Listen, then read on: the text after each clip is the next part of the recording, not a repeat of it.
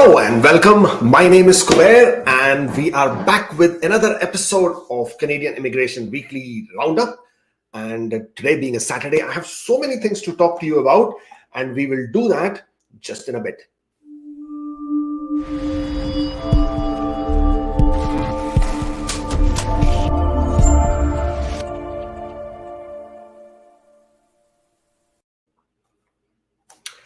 Welcome to the channel. My name is Kubeir. I am a CICC licensed immigration consultant, and this channel is all about Canadian immigration news, updates, trends, things that may help you, things you should be cautious about, everything to do with Canadian immigration. And as I said, we do this weekly roundup every week, every Saturday morning to bring you up to date with whatever has happened within this past week in regards to Canadian immigration, of course. So many things have happened. The biggest one being that 2 weeks back, almost 2 weeks back, NOC systems changed. NOC 2021 is now implemented, is now in effect. So your NOC codes have changed from 4 digits to 5 digits. Well, that has not directly impacted anybody's CRS score because that is not what it was meant for. It was simply meant to change the whole format from 4 digits to 5 digits. That's all it was meant to do. But what that has done is it has actually negatively impacted tons and tons of applications because what do you know? I mean, we always knew that IRCC's system had all kinds of glitches. It had all kinds of issues. And those came again back to fore. They came right up front when the system made this big change of NOCs from 4 digits to 5 digit. Now, a lot of people would say that this is not really a big change. All they had to do was change the format. But actually, it is a very big change considering the express entry system that you and we both use was actually, they started designing it in the year 2010, 2011, and it's still the same system. So a lot of the coding, a lot of the backend stuff on the system is pretty primitive, pretty old, and there are a lot of lags in it. There are a lot of components which are restrictive. I'm sure people who are into the field of IT, into the field of software coding, and would basically understand that. And correct me if I'm wrong, but this system, obviously, with all those details where they are not really, let me just block this guy out. Okay, where they really are not able to make a lot of changes, they do not have that flexibility. Therefore, these situations are making that an issue. From what I understand, even as of right now, people are unable to make the required updates to their profiles, especially to do with their spouses. So their spouses' scores, they still are not able to update. They're not able to make the changes. They're not able to gain very valuable points for their spouse's work experience, Canadian work experience. So basically, mainly the people who have been impacted are people who are inside Canada, Canadian experience class, and who would have gained 5 points or more, in some cases even 7 points for their spouse's Canadian work experience. That basically means that they have already missed out on the last draw, which happened on the 23rd of November. And with this, with this ongoing glitch, they could prospectively miss out on the next draw, which is expected on the, if I'm not wrong, 7th of December. Yes, 7th of December. Hopefully, fingers crossed, IRCC is at work on this one and they will sort this out before it happens. But that is something to be mindful of. Let's start with this week's presentation.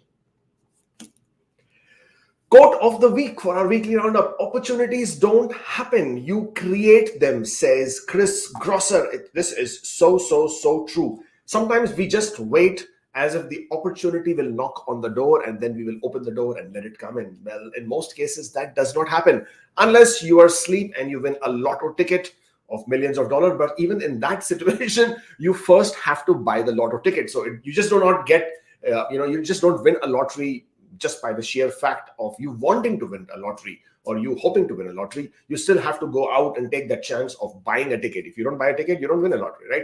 Same thing. Opportunities just don't happen. You have to create them. You have to work at it. You have to sort of keep knocking enough doors so that you bang one down, and that is where your opportunities would be. Or other opportunity is.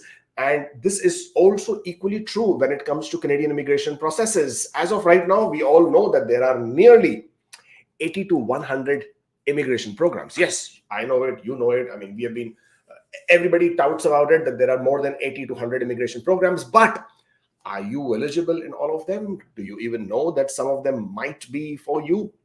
We're going to talk about one such program today, later on in the show. But this is how you identify the opportunities. This is how you create them.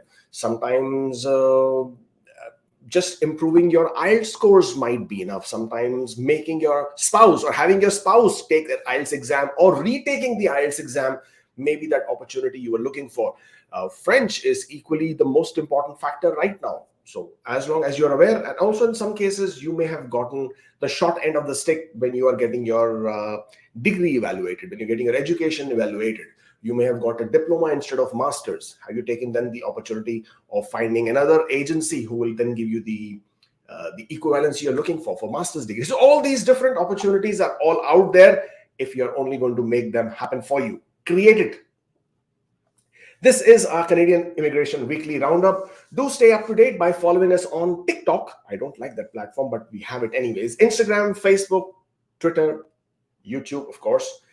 In today's episode, we'll be talking about PNPs and updates, express entry, other news, and question and answers. Of course, please hold your questions until we get to that segment. Otherwise, I probably will miss them. Manitoba did conduct a draw. We did cover this in our last weekly roundup, but because there were so many errors in this post, I thought I will do this one more time. It happened on the 18th of November. Manitoba invited immediately. So after the 16th November knock changes happened, they conducted a draw immediately. I think it was 17th, and they announced it on the 18th. They invited a total of 518 candidates. They issued 177 invitations with a score of 797. This was for skilled workers in Manitoba. As you can see, the score is quite high, 797. And then for skilled worker overseas, they issued 143 invitations with a minimum score of 686. Now, 686 is reasonably, realistically better than what they have been doing otherwise, but this could also be because only people who managed to create their profiles on the 16th were eligible, because a lot of people were not able to do it. International Education Stream issued 198 invitations with no score requirement. That's how the program works. And out of all of these, only 125 candidates were from the express entry, who probably will then get 600 points once their nomination is accepted and approved.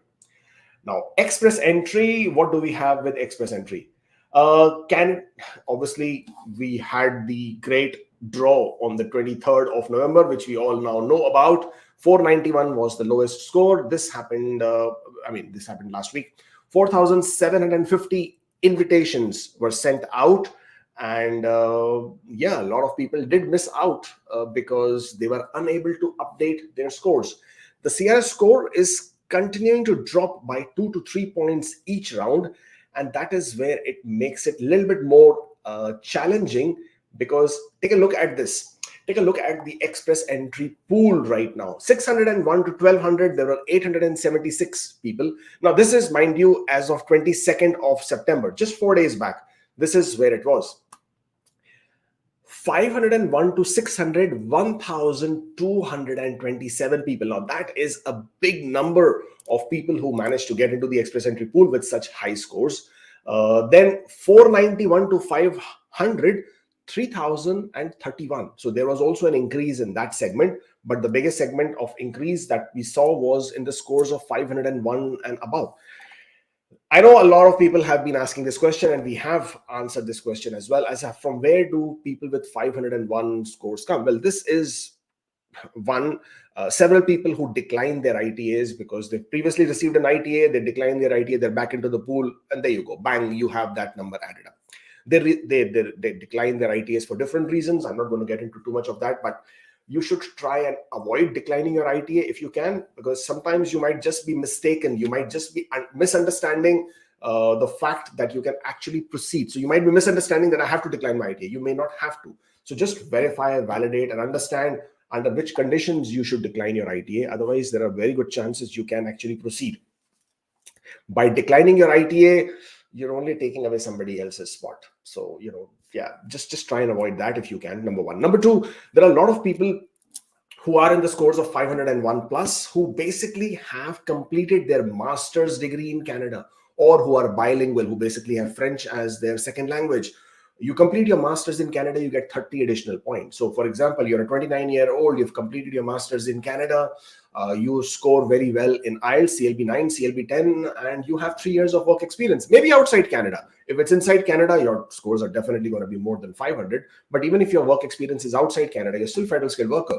You just come to Canada, you just completed your master's degree. Immediately after that, you create your profile, and mind, your scores can be more than 500.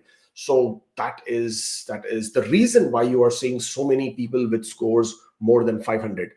And of course, there are also people who do manage to get a job offer, LMIA job offer, 50 points or 200. We've had quite a few of those as our clients who have been able to secure a job offer from an employer. We've seen plenty of those happening with scores of 50 as well as with the score of 200. So that also contributes. Of course, 601 to 1200 are the people who get their nominations. 876 this time. Well, the number has been going up steadily because a lot of provinces who were earlier holding back on some applications have been releasing the nominations. A point in case here is Ontario, who has obviously released a lot of nominations. So those are the numbers that you're seeing. But also keep in mind when we are talking about the nomination at this point of time is that most of the provinces are also exhausting their nomination quota for 2022. So now you're coming to the end of the nomination quota. Either they have already exhausted the nomination quota or they might be at the very end of it. So they are going to be either slow, or if they have already exhausted, I know for a fact, a couple of provinces like Newfoundland and Labrador, Nova Scotia, New Brunswick, they're already exhausted or at the end of exhausting their quotas. So you're not going to see many nominations coming out from them. I think Alberta still is holding on to a few. Saskatchewan has a few. Ontario definitely has a few. I'm not sure much about British Columbia. I haven't seen those numbers being released. So that is also something that you can look at. But that's the express entry pool for you.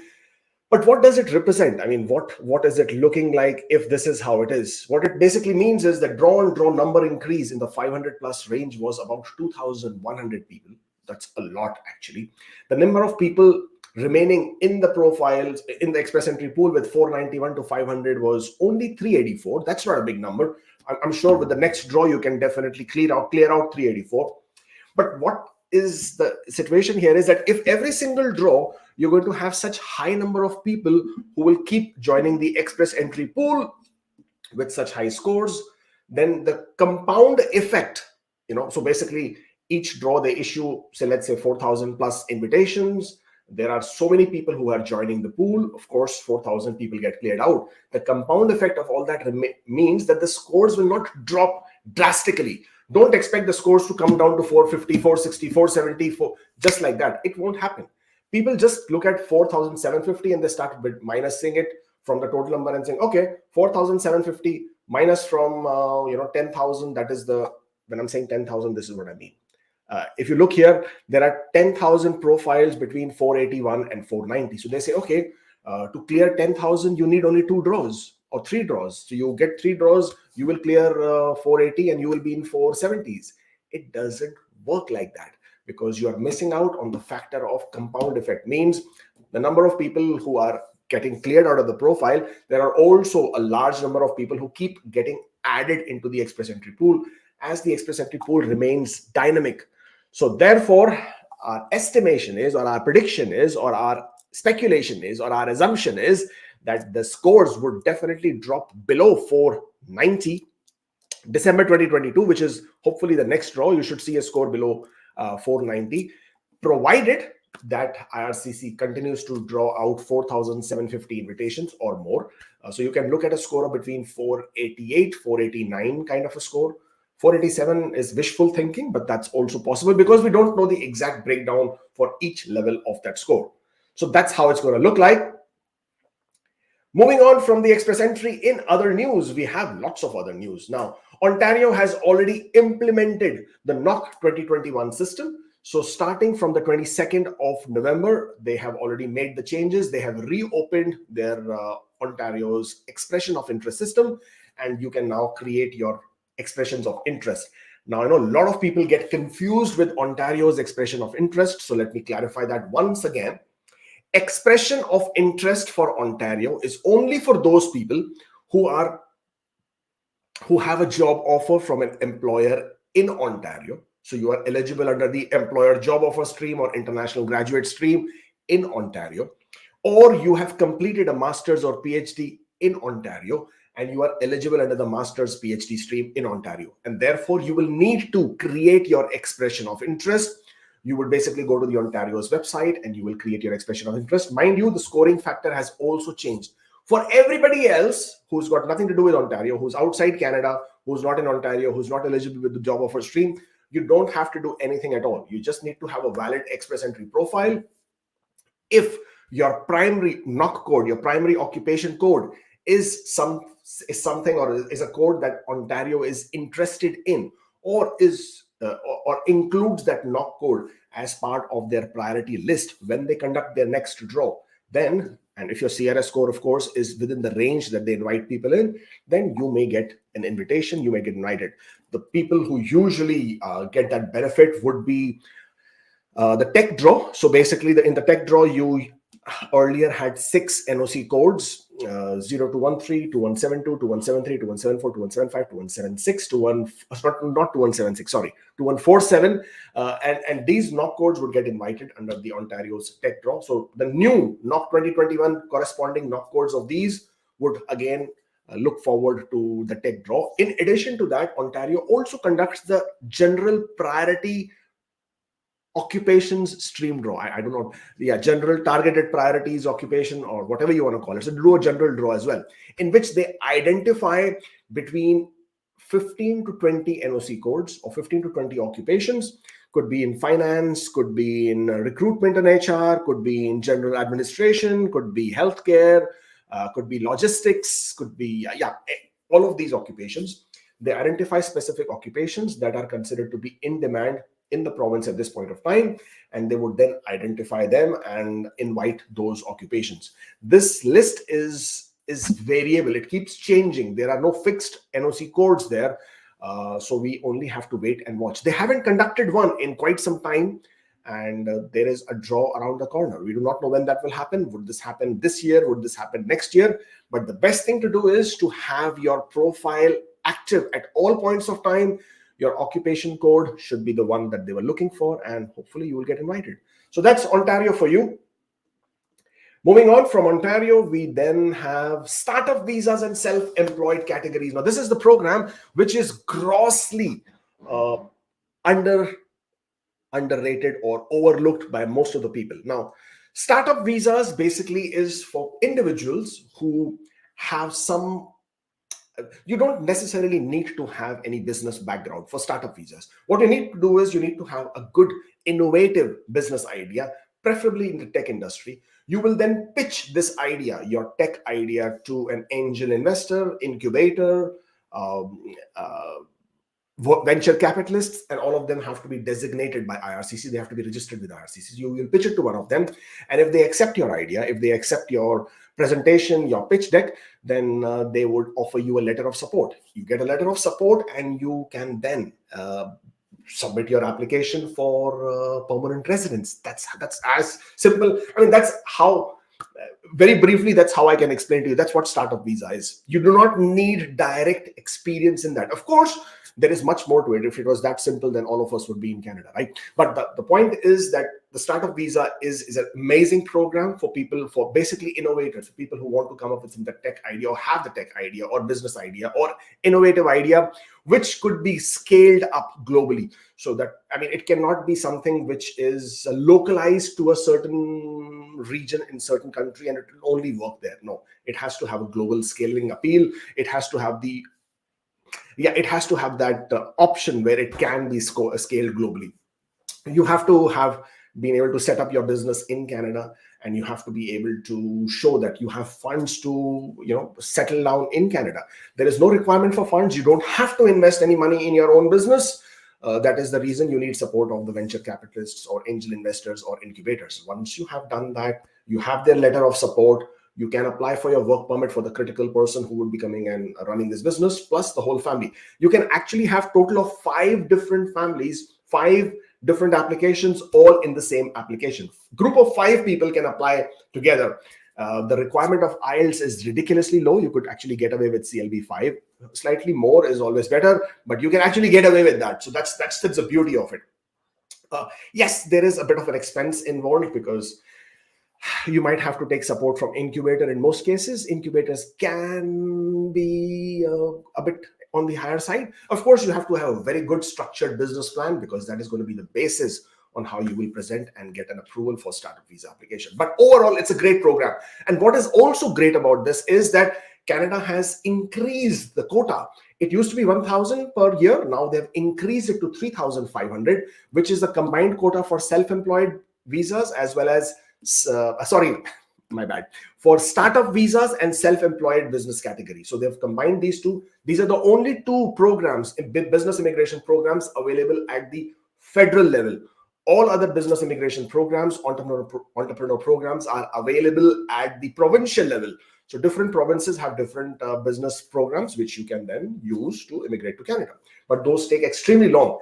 Typically, a provincial level business immigration program can take anywhere from 4 to 7 years, depending on the processing times, the backlogs, because you have to first file an expression of interest, get selected, they will approve it, you get an endorsement for work permit, you apply for work permit, with the work permit you come to Canada, you set up the business, you then get nominated, you get audited, then you get nominated, then you apply for PR. Takes a lot of time. And of course, you have to have net worth, 500,000, 600,000, 800,000 legal net worth. You also have to be willing to invest in Canada, $250,000, $300,000, $400,000. You have to be able to do that as well. That's the provincial level business immigration. But the more important one here is the self-employed category, which has been overlooked, which has been underrated.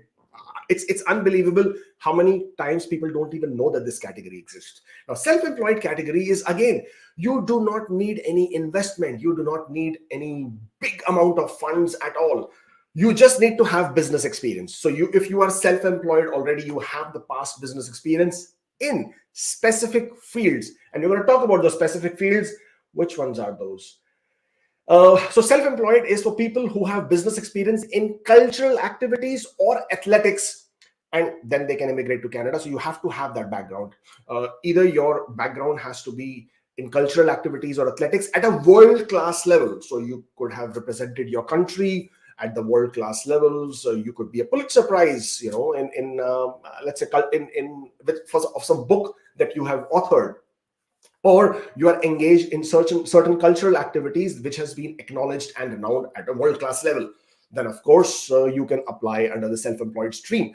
And in addition to that, if you have not been able to achieve any of these big achievements, then you do have business experience, you are self-employed, and if you are in any of these groups, let me see if I can share this one here. Yes. If you are in any of these groups, this is your knock codes, hierarchy and structure. If you will go to this page, it's available on the IRCC's website under the knock codes. I'm going to look at the 2021 knock code here. What you're looking for is the occupations in art, culture, recreation, and sport. If you click on this, this is 5 series knock code. Knock code starting from series 5. 5.1 is for professional occupations in arts and culture. And 5.2 is the technical occupations in art, culture, recreation, and sport. These are the knock codes. If you have self-employed business immigration, if you have business experience in these knock codes, creative designers, craftspersons, graphic designers, illustrators, interior designers, theater, fashion, exhibit, and other creative designers, artisans and craftspersons, pattern makers, textile, leather, and fur products, athletes, coaches, referees, and related occupations are here. And then photographers, graphic artists, technicians, technical occupations in libraries, museums, and art galleries. If you have business experience in any of these categories, then my friend, you could very well be eligible under the self-employed stream. Trust me, it's a great stream and it offers a great opportunity. The criteria to be eligible is quite simple, straightforward. You only need to score 35 points, which you can score like this. You obviously need to have your business experience within the last 5 years. But if you really want to talk about this specific one more in detail, I would suggest that you book an appointment with me one-on-one. We can discuss what that option would be for you and then take that forward. But don't forget, this is a great opportunity. Also, if you are in Dubai, then I will be hosting my company's stand in IREX, IREX, which is the immigration no, I forget the full form. I'm not even going to try that one. But it's happening at Taj in Dubai on the 9th and 10th. Taj, I think, is in Business Bay, Dubai. On the 9th and 10th, it's a great opportunity to sort of connect. If you are there, please do come and visit us on the 9th and 10th of December at Taj, Dubai. Also, if you are in Dubai, then we do have our information seminar, free, of course, on the 11th of December at the Park Regis Crisken in Dubai. The links are going to be in the description box after I finish with the video, so you can register for that event. Having said that, you know what? I'm also going to be in Delhi and in Hyderabad, and we are also looking at opportunities to have this big sessions or seminars. I know for a fact we will be able to do it in Delhi. I'm not so sure if we can do it in Hyderabad because I have only one day in Hyderabad. We will be opening up slots for in-person appointments in Delhi and Hyderabad.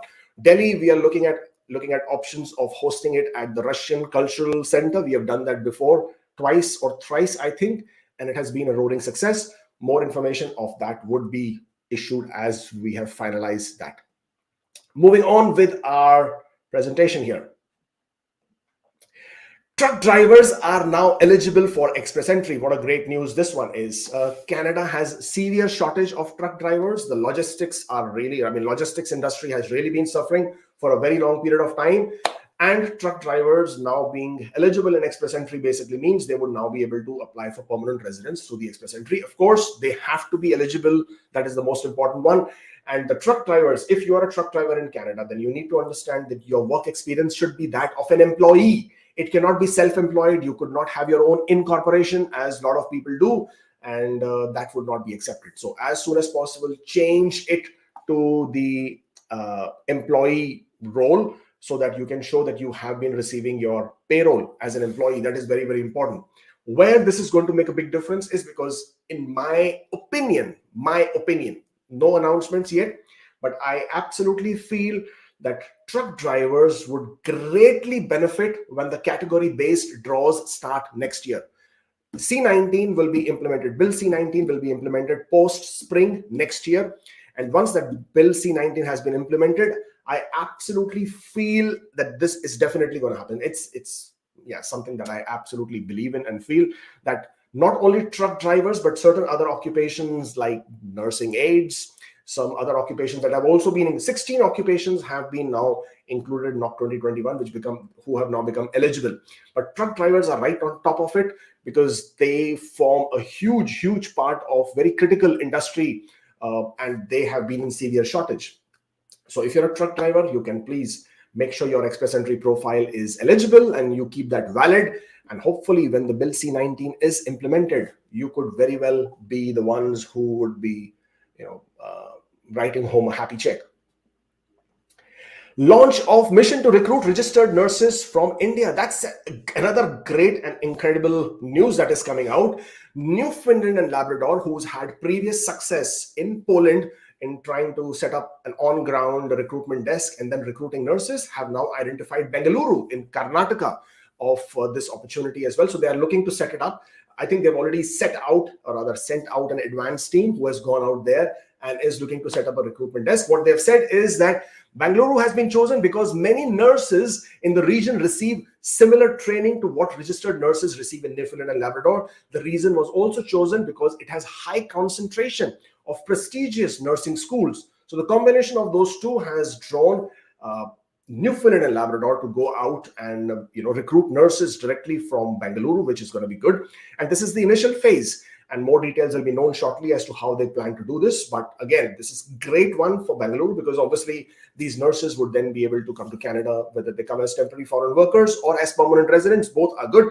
But once Newfoundland and Labrador is successful, trust me, other provinces will follow because the shortage of this very critical healthcare industry is not only in Newfoundland and Labrador, but it also is across Canada in all provinces. So for example, if Newfoundland and Labrador is successful in bringing nurses who would then be able to practice in Canada, then I'm sure British Columbia will follow, Ontario will follow, Saskatchewan will follow, Manitoba will follow. And these are much bigger provinces, which basically means there will be much bigger requirement. And this is absolutely incredible. What else do we have here? Quebec ideating new immigration programs. So Quebec is looking to start they're considering a new immigration pathway For people or francophones who are already living in Quebec, the new immigration program would target graduates from francophones and CEGEP colleges and universities as well, so that they would have an option to become permanent residents. Ontario and Saskatchewan have added nearly 400,000 new jobs. So the vacancies are looking good. People are able to then, the unemployment rate would go down, and obviously there are options all around. That's basically all I had for this particular section of our presentation. Connect with us on social media platforms, Instagram, YouTube, of course, Twitter, and we're also there on TikTok. And as I said, if you wish to talk to me one-on-one, if you want to book an appointment so we can discuss your profile, we can discuss your questions, your queries, you're struggling with an application, you do not know what to do about it, or you have an ADR from IRCC and that is really taking away your sleep in the night, then, of course, the right person to call would be me, right? And book an appointment, and then we can obviously discuss that. Of course, if you're already here, then also give us a thumbs up, and so that this video gets shared with other people out as well, because that's how the YouTube algorithm works. And if you haven't really subscribed to the channel yet, I don't know what you're trying to do. I mean, why not? This is where you are. This is where you get all the information. This is the hottest place to be in terms of Canadian immigration. So you should definitely subscribe to the channel. Of course, to follow us on Instagram as well, because I want to see those numbers going up. But now it's time for the question and answer, so that we can, I'm sure a lot of you are waiting for that. Starting with Pavneet. If a person in his home country, if a person is in his home country and receives an ITA for CEC, can the application be submitted outside Canada? Absolutely, yes. Your country of residence at the time of application does not matter in such case. You will continue to be Canadian Experience Class. In order to be a Canadian Experience Class, you do not need to be in Canada. The requirement for a CEC Canadian Experience Class is that you have 1 year of work experience in Canada within the last 3 years. Within the last 3 years, you have completed 1 year of work experience. You left Canada, came back to your home country for whatever the reason might be, and now you got a draw. Now you've received an ITA under CEC. Most definitely, you can absolutely continue and submit your application. There is no problem. Just keep in mind that your 1 year period remains within the last 3 years. That is the critical component there. So you have that 1 year work experience. Anywhere in the world you may be, you will still be CEC and you can still submit your application. There is no problem at all. All right, back to the questions here. Can I apply for PR as a pharmacy assistant if my experience was as a pharmacy student? Well, you technically can apply for that, of course. In Express Entry, there is no requirement for your field of education and your work experience to be in the same field. So they don't have to be in the same field. And as long as your work experience, your past work experience is under a valid NOC code and you are paid for it and you are eligible, then you most definitely can apply. Submitted my PR application inside Canada. I need to return to my country as my work permit is expiring. Can I return to my country and wait for PR to be processed? Do I need to inform IRCC about this? You can absolutely travel to your home country, no problem about it. If you change your residence, so basically now you're moving away from Canada, you're going to your home country, you probably will continue to live there for some time. You will need to inform IRCC about change of address. That is a requirement. That is an obligation you have. You can read your AOR where it says that you need to inform them if there is a change in address. So yes, you will need to inform them if you're changing your address. Apart from that, you don't have to worry. If you get your PR confirmation, you will need to return back to Canada and then activate your PR portal confirmation. Inform IRCC, I'm back in Canada. This is my address. And they would send you the email with your COPR. Have Canadian masters in civil engineering, 2 years work experience, 1 year CAD, data analyst. Can I put data analyst as primary occupation to be eligible for Alberta Tech Pathway? If you have work experience as data analyst, absolutely you can put that as your eligible occupation, no problem. NOC code is 13110, 10 years of banking experience. Is there any chance of getting PR in Saskatchewan? I can't tell you because I do not know who they would be inviting and when. If your NOC code, but this is what I'm not able to understand. Your NOC code is 13110, which is administrative assistant, but your experience is in banking. So unless you are an administrative assistant in banking industry, so just make sure your NOC code is correct. But for whether they will invite you or not is something which you will need to check in Alberta's past trends to see how often this NOC code has been invited. I am on LMIA work permit, claimed 50 points for PR, submitted PR application. I am eligible for postgraduate work permit, open work permit. If I apply for postgraduate work permit, will I lose 50 points? No, absolutely not. You will have your 50 points for as long as the LMIA remains valid and you have a job offer from your employer in Canada. Hello, Kubeir. Just received an invitation for the International Worker Program Plus from Quebec, open work permit, and luckily will be invited for the next EE draw. Can I do both the procedures? Technically, you can. When you're applying for your express entry application, your intention has to be to reside outside Quebec. As long as you can express that, as long as you can convince and satisfy the visa officer of your intention to reside outside Quebec, you would be absolutely fine and you can do that. There is no problem with that. But congratulations on receiving that, by the way. Rishi Sharma, thank you for the super chat. I soft landed on 16th of September in Calgary. I haven't received my PR card. Also, I tried to link the application with the account, but not successful. Does that mean I don't know what the remaining question was, but don't be too worried about linking your application. A lot of people lose their sleep about linking their application. Even if there is one character which is not matching with the information that is with IRCC, sometimes we do not. So you have to match everything as per your COPR. That's the first component. You should be able to link your PR card application if you do that correctly. But even if you don't lose your sleep. Don't get too worried about it. At this point of time, in a lot of cases, PR card are getting delayed. The process is delayed. So if you haven't got it, don't worry, you should get it. You can always call IRCC and check with them on the status. If they let you know that has been approved or that has been processed, then you'll be getting it soon. I did soft landing. Me and my boyfriend are in India, want to get married. My parents are not agreeing for ritual marriage, and they told me to go for court marriage. If we do that, will that cause any red flags to spouse? Well, for a spousal sponsorship application, the most critical component is for you to be able to establish and prove that the relationship is genuine, that you are not getting married for the purpose of permanent residence or for applying for PR. If you're able to establish that with all the relevant proofs, then you would be fine. There is no problem with that. Thank you very much for all the info. I got PPR, FSW. Congratulations. I want to have your opinion about Ottawa versus Toronto. Keep up the good work. You're the best. Thank you so much. My opinion about Ottawa versus Toronto. I have lived in Toronto GTA area. I have never lived in Ottawa. I have visited Ottawa on few occasions. Ottawa is primarily a city of mainly federal government departments. So lots of federal government organizations, departments are what form the majority of the Ottawa metropolitan city. Toronto, not so much. Toronto is much larger population. Toronto GTA. When I'm saying Toronto, I'm referring to Toronto GTA. The total population of Toronto GTA is approximately, I think, about 11 to 12 million people, which is the largest in Canada. So depending on what you're targeting, are you looking for a relaxed lifestyle? Then yes, Ottawa would definitely be better because trust me, Friday evening after 4 o'clock, everything is like there's nothing happening there. You wouldn't find anybody on the streets after quite some time. I mean, after in the evenings in Ottawa, because most people have either left or they're government employees and they're not interested in being anywhere near the commercial areas.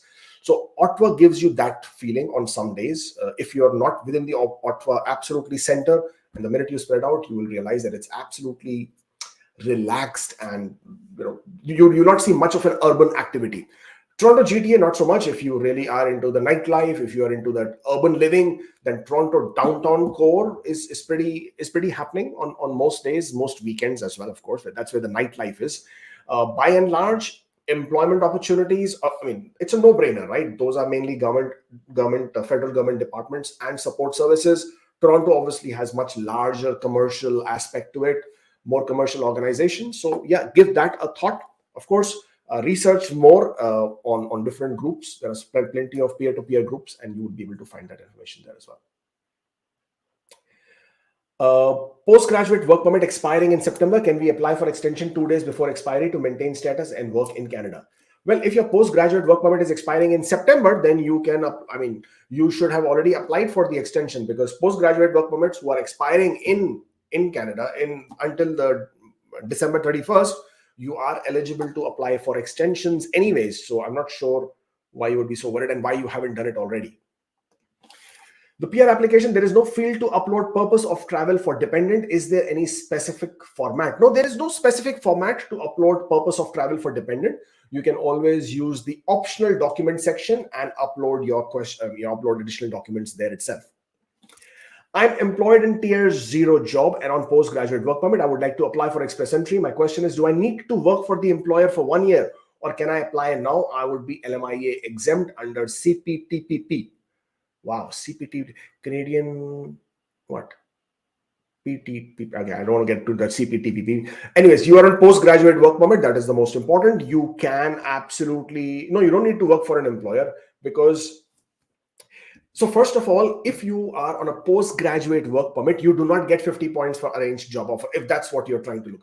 Even if your employer gives you the job offer, that does not give you those 50 points unless you first process that job offer by paying the employment compliance fee of $230 and you are actually exempt from LMIA. You get that work permit, and then that work permit becomes a closed work permit, means you have to work for that employer. So it's not as simple as you are trying to sort of make it out for yourself under the LMIA exempt CPTPP. But if you are on a postgraduate work permit, you are working for an employer, you can leave whenever you wish to, and that would not make a difference. But if you're trying to claim points for arranged job offer, then it gets a bit more complex than what you're thinking. I applied for Atlantic PR. I got ITA from New Brunswick. Congratulations. I also have job offer letter. We are waiting for PNP nomination. I have job offer letter 0621. Okay, I don't see any questions, so I'm not sure what that is about. Hemant Sharma, does tier 00012 doesn't need an LMIA? Someone I know received an ITA in spite of mentioning that he doesn't have LMIA. Well, of course, you don't need an LMIA. You need an LMIA if you wish to get the points. If you don't wish to get the points, you could have work experience in this LMIA and you will absolutely be fine. You don't need it. You don't need you don't need LMIA to be able to qualify. But if you are claiming the points for the job offer, then you obviously need to have the LMIA, or you have to be on an LMIA exempt job, whereby you should have completed at least 1 year as on the closed work permit. So, as I said, there are plenty of factors to look at when you're looking at the job offer scores. My score is 515. I did not receive ITA. Eligibility in CEC is met. Any glitches like that happened? Absolutely. I'm glad you brought that up because I'd completely forgotten about this glitch. So when we're talking about the glitches that IRCC had with the express entry, another glitch was that a lot of people did not receive their ITAs at all, even with the fact that they were actually eligible. A lot of people have come out and spoken about it.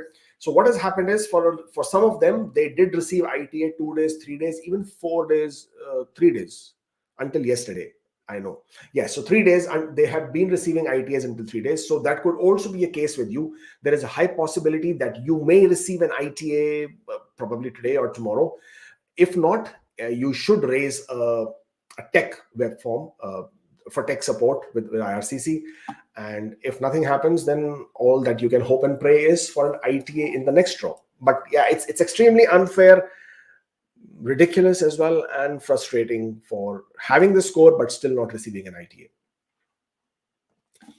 Is there any new updates on backlog files? Do you think 80% backlog will be cleared before January? Well, that is what IRCC is anticipating. Actually, most of the backlog files have been cleared. I think there are a few thousand applications still in the pipeline for them to be cleared, but I absolutely think that they would be able to clear out majority of the backlogs by the end of the year. How do you explain a large amount of money credited in my bank account from a friend who took it as a loan from me 1 month before repayment? Har friend zaruri hota hai, right? I mean, I always think of Airtel ad whenever I see those friends who are paying the money back just in the right amount of time, right time. Well, the burden of proof is on you. It is your responsibility to be able to prove that the money is indeed coming back from your friend who took it as a loan. Well, the friend can give you an affidavit, and you will then be able to have to explain to IRCC that this is what happened. And if you gave your friend a loan, then provide the proof that you did give your friend a loan. You provide the proof of having given the loan, and obviously now you have the proof that your friend has paid back the loan. You get an affidavit from the friend, and then you've been able to establish it, right? So that shouldn't be a problem, unless, yeah. Okay. You posted about nursing recruiting in Bangalore. Can you share insights on the same? Well, as I said, more details would be announced once we have it. We don't have it yet. All we know at this point of time is that the nursing recruitment is going to start in Bangalore. And Newfoundland and Labrador is going to set up their recruitment desk. That's all that we know at this point of time. How do I find out if my certificate of qualification is eligible or not? Is this only for skills trade? Yes, certificate of qualification points, 50 points, are only applicable for skills trade category. Any other category does not. I mean, you don't get points for certificate of qualification. Is business analytics a good course after supply chain management? Well, that is something which you have to answer based on your profile, based on what you choose to do with your life, based on what you choose to do with your career. I can't tell you. But yes, if it complements what you've been studying in manners where you can specialize certain other aspects of your studies, then yes, of course, it should be good. My score is 472. I'm a software developer. What would you suggest I should do to get PR? Improve your CRS score. If you can improve your IELTS, do that. If you can take up French as a second language, do that. If you can identify an employer who might be willing to hire you, then do that as well. Worst case, if nothing else works out and you might be able to come to Canada as an international student, then do that. With CRS of 489, should I pass the pre-medical? You don't pass the pre-medical. Okay. You don't have to do your medicals at this point of time. You can do it after you receive your ITA. There is no benefit on doing your medicals in advance. Nothing, absolutely. So yeah, do it once you receive your ITA. When can we expect Alberta PNB next draw? Well, actually, Alberta has been conducting, or rather has not been conducting draws, but has been inviting people a lot. Actually, we have received 8 nominations, or rather 8 invitations as well, because these were the clients for who we were able to file an expression of interest because they were eligible for the Alberta Tech Pathway, and we received their ITAs within 48 to 72 hours. That's how fast they were. 48 to 72 hours, you file an expression of interest for Alberta Tech Pathway, of course, if you're eligible, and then the nominations are happening within 3 to 4 weeks, pronto like that. So they are holding back on the general draws that they were conducting earlier because I think they are getting flooded with the requests for Alberta Express entry under the Alberta Tech Pathway. So they are choosing to give that a priority at this point of time. And also, it also basically means that they may not have any more quota or very limited quota left for this year. So hopefully by next year, again, they may start the general draws, I guess. Did we get any confirmation if IRCC is working to fix the glitch? Well, IRCC didn't even confirm or acknowledge about the glitch. Do you really expect them to acknowledge that they have a glitch and they are looking to fix it? That's IRCC for you. No, they have not acknowledged, or they have given any they have not given any kind of confirmation. We're just hoping that they're working on it. I'm on LMIA work permit, claimed 50 points for PR, submitted PR application. I'm eligible for postgraduate work permit. If I apply for postgraduate work permit, will I lose 50 points? No, you will not. My Express Entry profile is going to expire on the 1st of December. Do I need to create a new GC key account post expiry, or can I recreate profile before expiry? Well, you can withdraw, or you can withdraw your Express Entry profile, recreate a new profile in the same GC key account. You don't need a new GC key account for this. I received a medical furtherance status on profile. We are reviewing your results of your medical. Will other processes like eligibility, background verification run in parallel, or would those start only post medical is cleared? Now, depending on, is this the first step? If this is the first step and your medicals have not yet been cleared, they've not been reviewed, then everything else will start only once this has happened. And if this is something which is happening mid application, then the rest of the process will continue while this is also being done. Will the score ever come to 478? There was a time when 478 was such a brilliant score. It was such a great score to have. And as of right now, it's amazing how times have changed, and we can't even say with certainty that 478 will come or not. At this point of time, I don't know. I'll be very honest with you. I really don't know. And the reason why I don't know, and I don't want to predict that this will come or not come, is because how uncertain and how uncertain Express Entry has become. They are issuing 4,750 ITAs, which, to be very honest, is quite a big number. Pre-pandemic, they were not issuing these many ITAs. They were issuing only 3,200 to 3,700 ITAs. Now they're issuing 4,750 ITAs, which is a big number. And yet the scores are not really denting the way we thought they would. And the reason for that is because of the large number of people who keep getting added into the pool. On that note, IRCC announced the multi-year level plan 2023 to 2025, and the immigration targets went up. The number of people who are now going to come to Canada in this.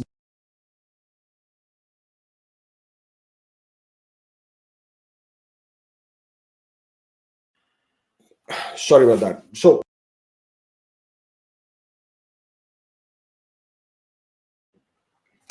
sorry, I hope you can hear me now. So with IRCC making this new immigration plans, whereby nearly 25,000 more people will be able to come to Canada, and we all thought people will have a generic benefit. It's not really so. These 25,000 is really it's not even making a dent in this whole big number.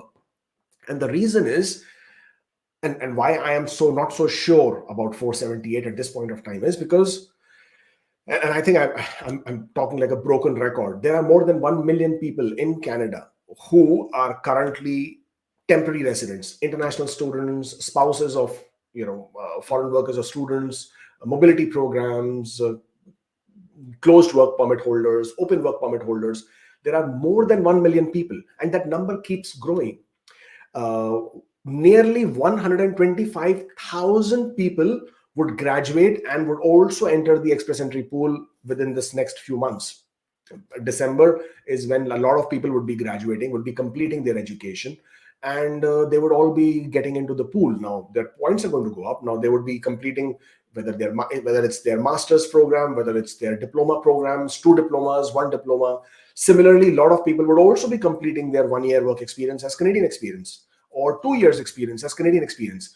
Now, when all these people also get added into the express entry pool, and obviously these are the profiles, most of them, or rather a large number of them, who have very high CRS score. If these people are below the age of 30, if they are completing master's degree in Canada and are able to score well in IELTS, have the 3 years of work experience, that gives you the maximum points. You can imagine that these guys are going to be scoring more than 490 for sure. Even if they are a little less on the age side, they will still be scoring more on the 490. Let's say if I'm a 34-year-old, 35-year-old, I've managed to get admission into a master's program. I'm completing my master's program. I can score CLB 9, CLB 10. Trust me, I will still be scoring more than 490. That's how the numbers are looking like. So therefore, for me to sort of speculate whether the scores will come down to 478 is very, very difficult. The whole process is weighing very heavily in the favor of people inside Canada. So there are so many people who are inside Canada who are also still not very happy with the whole thing, that CEC draws are not happening. Well, CEC draws are happening. What you are seeing as the draws happening are predominantly CEC draws. But if you were expecting how Canada was going to behave the way they were behaving earlier, where there was chunks of draws happening and the scores are coming down to 300s and all that kind, those will not be happening anymore. The scores will not come down to 300s because Canada does not have any incentive to do that. At that point of time, they were able to do that because they had one draw of 75 CRS. The pool got depleted entirely of all Canadian experience class individuals of 27,000 some people. And then the new profiles started adding up, and everybody was expecting that the draws will happen again for 75. It's not going to work like that. At that point of time, they did that draw because there was that motive, there was that incentive, there was the need to convert as many people from TR to PRs because they had to meet the target, to meet the quota. There is no such requirement anymore. So therefore, in this, when you see all these numbers, all these statistics that you get from IRCC, 1 million people, 700,000 new international students, more than ever number of international student applications to come to Canada, more people coming to Canada on a visit visa and trying to obtain an LMIA to convert that into a work permit and then get those 50 points. With all these factors, there is tremendous pressure on the express entry, and the scores, to be very honest, will remain very high. The next segment between 480 to 490, this is going to be the test. This is going to be the real test.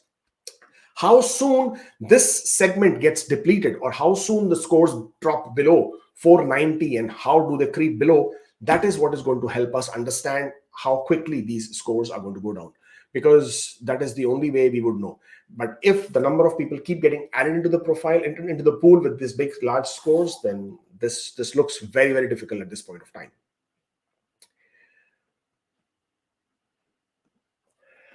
Where can we see the PNP quota for different provinces, both the current and future? Well, most of the provinces at times do publish it on their websites, and you can see them under their updates as and how they are listed. Kubeir, you're the best. Thank you so much. I appreciate that. What are the chances for CRS score 477? Well, exactly what I just said about 478. How do we come to know which knock is in demand in Alberta or Saskatchewan? Well, Saskatchewan has a website, has a web link on its website which states which are the professions which are not considered as in demand. By that default, you will see everything else which is in demand. But then you have to also take a look at their previous draws to see which ones they've been concentrating more on. As far as Alberta is concerned, they have published a list of knock codes which they would not be inviting at all. So you can look at that. But they never list NOC codes which are in demand or which they will invite. Okay, my birthday is on the 15th of January, and my express entry score is 487. What are the chances of getting ITA before January the 15th? Well, before January the 15th, technically you should have 3 draws, I'm assuming. Yes, 3 draws. Well, 3 draws should be, if everything remains same, 3 draws should be enough to get the score to 487. Fingers crossed. But the most important factor is that do they continue with the same number of invitations? What is also extremely important, and people don't understand that, or people just assume that IRCC will continue issuing 4,750 invitations every single draw. They're doing it right now, and that's a good thing. But they will, at some point of time, they will have to reduce this number of invitations. When they will do it, I don't know. Maybe they will continue with 4,750 this year, 4,750, 4,750, 2 more draws expected, 7 December and 21st of December.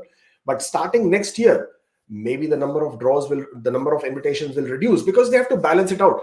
Okay, think about it. Let's just take a calculator. 4,750 invitations, let's say 25 draws in the year. That's 118,000 invitations. They will never ever issue 118,000 invitations. Not in the near future, not for the next few years. Because each invitation could basically means more than 1 people. So the numbers don't add up. This year, they will be looking to issue about 55,000 invitations. Next year, they might be issuing roughly 60 to 65,000 invitations. That's the most that I can think of at this point of time. But they have to balance out. If they have to issue 65,000 invitations in the whole year, divided by 25 draws, you're looking at roughly 2,600 invitations per draw. 2,600 invitations per draw. Yeah, just 2,000 people with scores of 500 plus got added into the pool. How will they clear 2,600?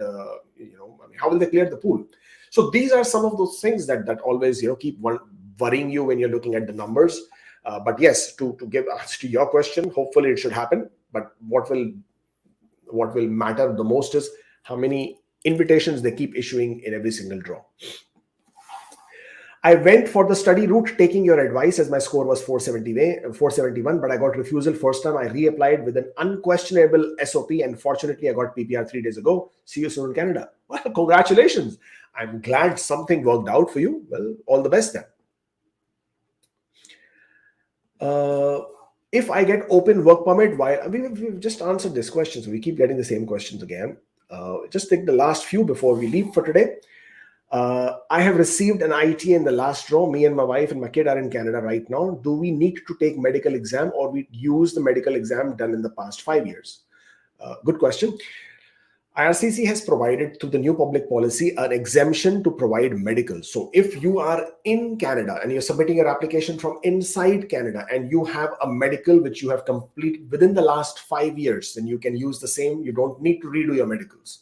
That's what the exemption is. But if you haven't taken a medicals, and if your medicals are earlier than the last 5 years at the time of submitting your application, then you will need to retake your medicals. Last question before we leave. My wife received interim work authorization when she was in Canada. Now she's in India. Can she receive work permit while in India? And she cannot go back in Canada. Now she can definitely go back to Canada. She may not be able to work because that's what IRCC has said, that you cannot come back to Canada and start working on the interim work authorization letter email that you have. But she can certainly receive her postgraduate work permit if she has applied for the extension. There's no problem with that. Well, that's basically all that I had for you for today.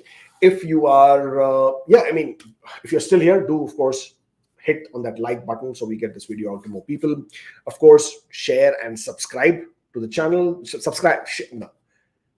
Yes, like the video, share the video, and of course, subscribe to the channel. And if you are looking to make an appointment, then the link is link is scrolling down right now. And that's just about all that I have for you today. Thank you so much for joining in. I shall see you next time. Until then, stay safe and take care.